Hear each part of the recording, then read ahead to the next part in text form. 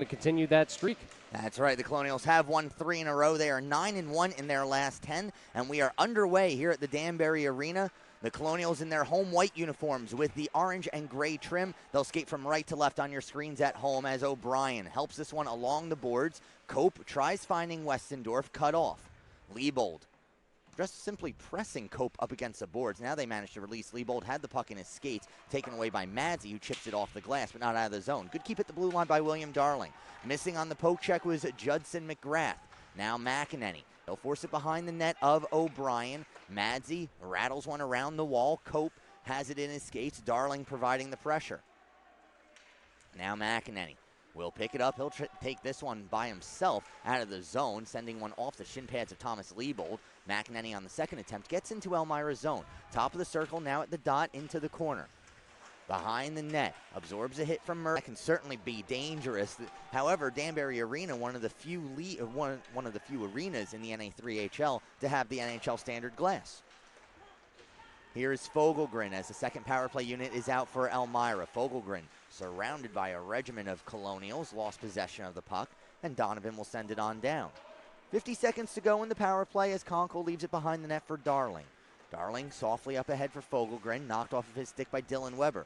Now Weber looking to get some offense going as he picks up the puck behind the net, sends it to Donovan, who is in the slot, and Donovan, rather than taking the shot, will simply kill off more time.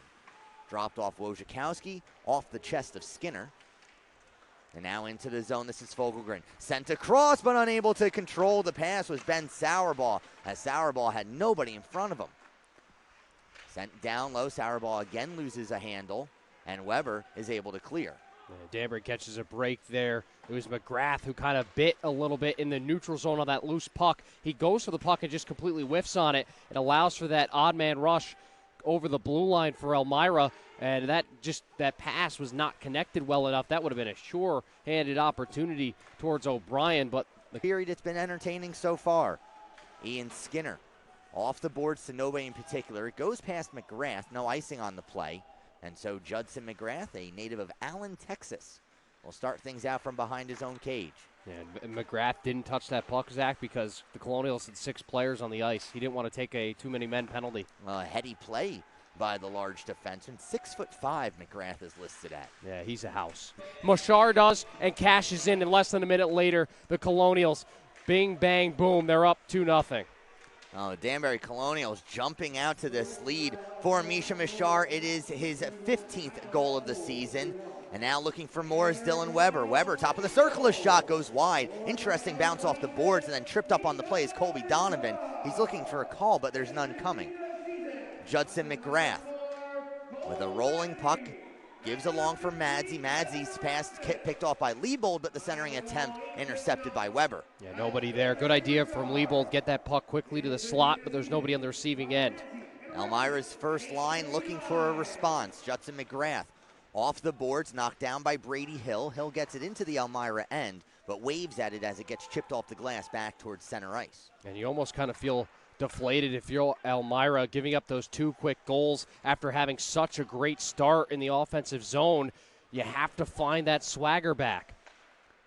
Kyle McEnany, who has plenty of swagger himself, racing ahead through the neutral zone into Elmira's zone. He's taken down on the play. No call coming as the referees are letting him go at it. Here is Murphy up ahead. Liam Murphy on a 2-on-1 has Liebold. Instead takes the shot. It goes off the side of the cage. Murphy picks up his own rebound and gives to Darling. Darling's shot goes off the skates of Brandon Cope. Wojciechowski hard off the boards. He finds McEnany. McEnany will gain the red line. He's towards the end of his shift, but will maintain possession. Now threads a needle for Cope. A shot into the chest of Conkle, and he'll hold on. The hard work that he put just with the stick check does well enough, gets the puck loose and forces it in that same spot. In the defensive zone, Ryan Kaola unable to clear. Behind the net, it's McGrath. Gives along for Franklin Berry. Berry didn't get his first goal in yesterday's game. He got it the weekend before. Everybody's seemingly getting on the board. Here's Dylan Weber. Knocked off of his stick by Nick Myers. Kaola behind the net. He comes together with Kosa.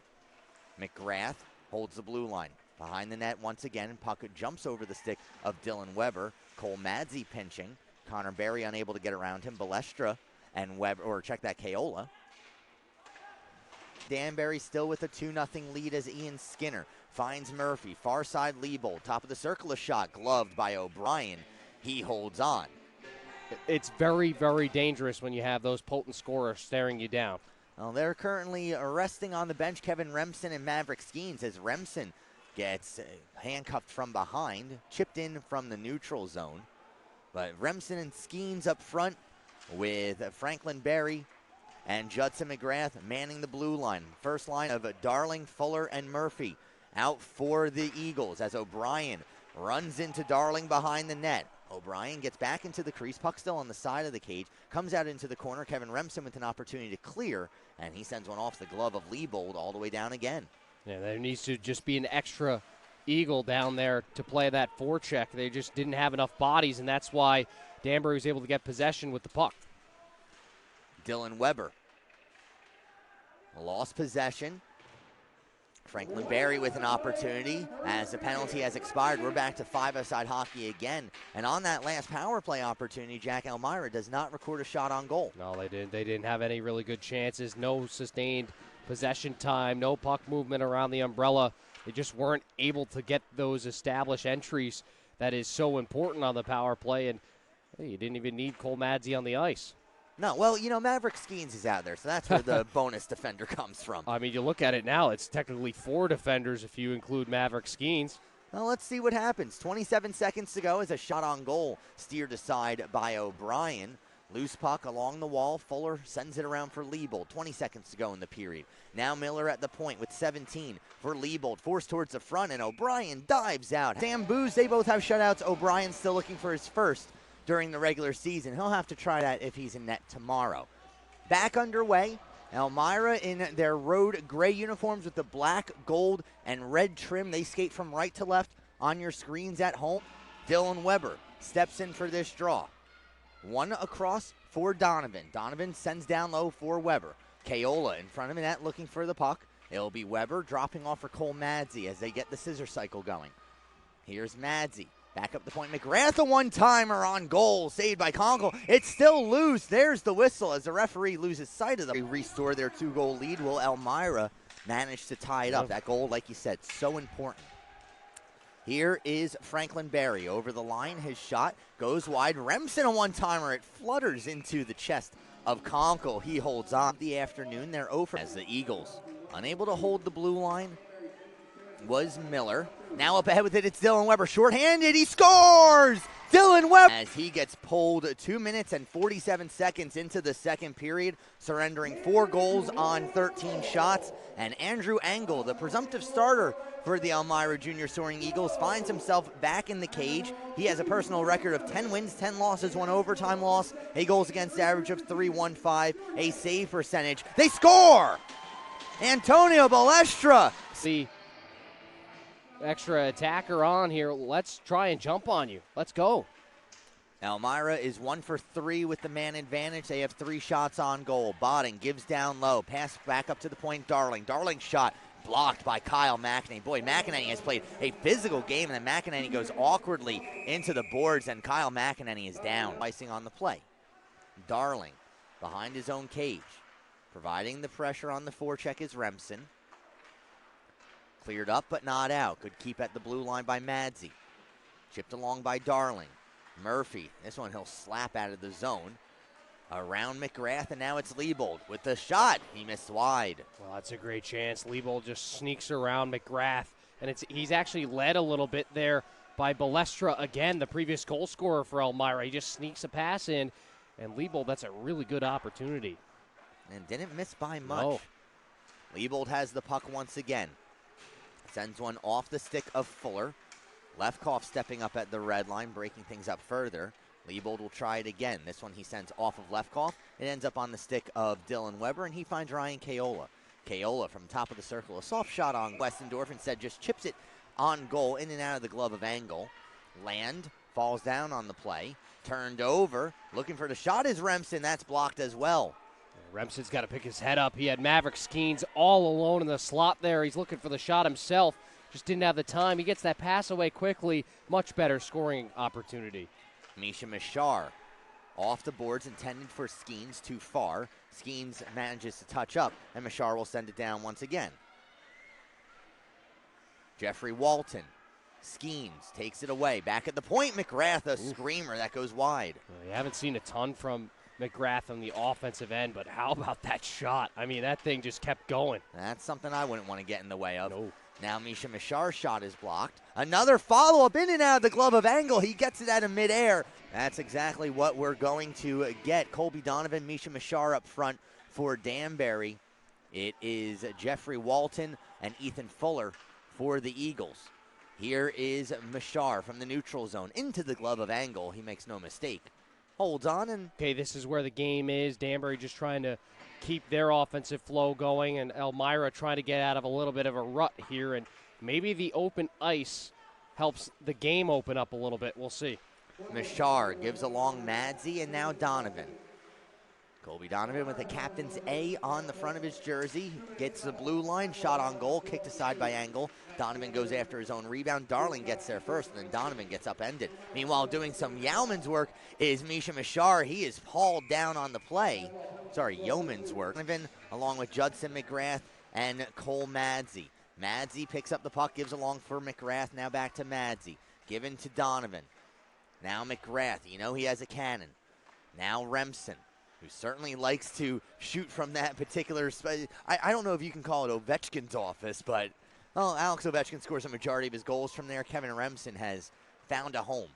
Remsen, a rising shot, catches nothing but glass. I think at this point, Alex Ovechkin just passing 700 career goals. I think we could call it that. Is that what you need to have? You got to have 700? Yeah, I mean, if you're the second highest goal scorer in history, I think we can give you an office name. The coincidental minors have expired 5-on-4 now as Remsen's shot goes wide. And curiously, off the penalty, the Elmira player went back to the bench, so a 5-on-3 at least temporarily for Danbury. Elmira's gotten everybody back into the zone. 25 to go on the man advantage as Kevin Remsen's pass too far for Wojciechowski comes out of the zone. Donovan gives far side Madsey, and now Remsen. Kevin Remsen lost possession of the puck. Taken away by DeCola. Into the zone. Getting in the way of that shot was Madsey. Now Liam Murphy. He'll chip it down deep. Madsey, 2 seconds and 1. And we're back to 5-a-side hockey. So Danbury getting some opportunities on the power play, but unable to find puck on the seal out. So if they can keep going back to that, I think that's the best way for them to gain zone entries. And beyond that, they certainly have the speed to execute as well. Barry swings one over far side for Machar. Machar nearly able to connect with Remsen. Remsen will pick it up off the boards. A sharp angle attempt off the stick of Angle. Now Remsen in the corner. Goes behind the net, out of the reach of Maverick Schemes. DeCola is able to clear. It goes over the stick of Ben Sauerball. Haven't seen too much of Sauerball in this second period. Now Machar dumps it into the Elmira zone. Remsen beaten to the puck by Balestra. Maverick Schemes from the red line will send it down once again. And he's had a much better second period. Balestra has. Obviously, the goal helps, but just smarter with the puck, staying back, not letting anything get behind him. Judson, or rather McGrath. He'll get another opportunity to begin the breakout with 2 minutes to go. This time he finds Maverick Schemes. Schemes over the Elmira blue line, driving to the outside. Skeens making some space for himself. A shot saved by remaining in the period has given Danbury once again a 3-goal lead. Danbury in their home whites, right to left on your screens at home here in the third period. Javon Fogelgren tries forcing it along for Kosa, broken up by Weber. Dylan Weber, puck on his backhand, doesn't have an option in Donovan anymore. Fogelgren takes it away. Botting a centering attempt goes off the back of the cage. Now Fogelgren again. Back at the point, Darling. Darling tries toe dragging himself around Donovan. Shot by Fogelgren is blocked by Madsey. And Darling will have to retreat out towards the red line. 30 seconds gone by here in the third as we have a whistle. Connor Lefkoff again. This time softly into the zone off the stick of Misha Machar. Balestra tries giving along for Liebold. It's a loose puck. Connor Lefkoff picks it up. Lefkoff, a shot is blocked. Balestra, well, that one caught him on the ankle. Yeah. That one hurts. Yeah, you can see him kind of limbering a little bit. Now Remsen a drive to flex wide. Judson McGrath unable to hold the blue line, turns the puck over. Thomas Liebold up ahead. Liebold with only one to beat gives across, they score! Liam Murphy! For Liam Murphy, it is his 26th goal of the season as Jack, I think he used the term top cheese before. Yes. That one was creamy. Now, Top cheese. Top cheese. Cheddar. Is it cheddar? Cheddar, maybe Gouda. I don't know if it's Gouda. You got to look out. Parmesan. Now that's a good cheese. I think to each his own, right? Depends. I still think cheddar's probably the best one out there. Like a nice Vermont Sharp. Ooh, now we're talking. He goes Vermont Sharp up top.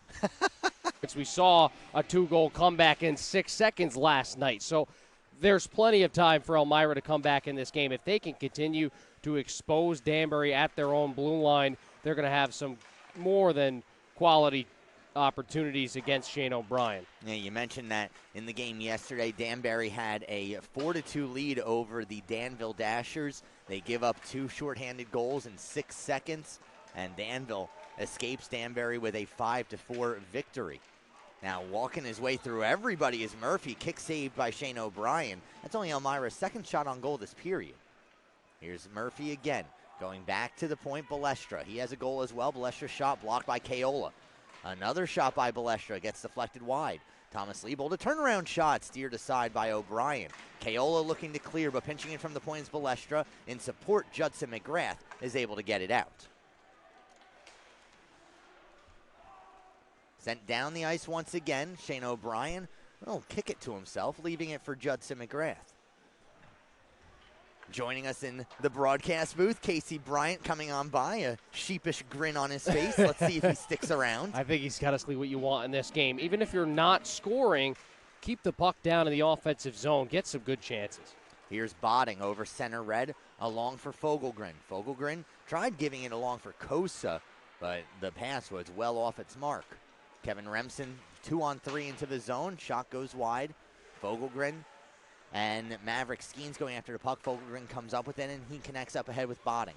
Botting at the blue line. Gets around Franklin Berry. Berry is able to reach back, send it on down. No icing on the play. I think Botting's been the best player in terms of getting the puck out of the zone. He's been a #1 target, which the Eagles are looking for. Okay, we see number 22 flash across us. Let's get the puck to him. He's done a good job of getting from blue to blue. And Riley Botting has certainly been a revelation for this Elmira Junior. Especially if Elmira finds that next goal to try to bring this within 1. That's ever so important, that 5th goal, extra goal of insurance, especially at this time of year.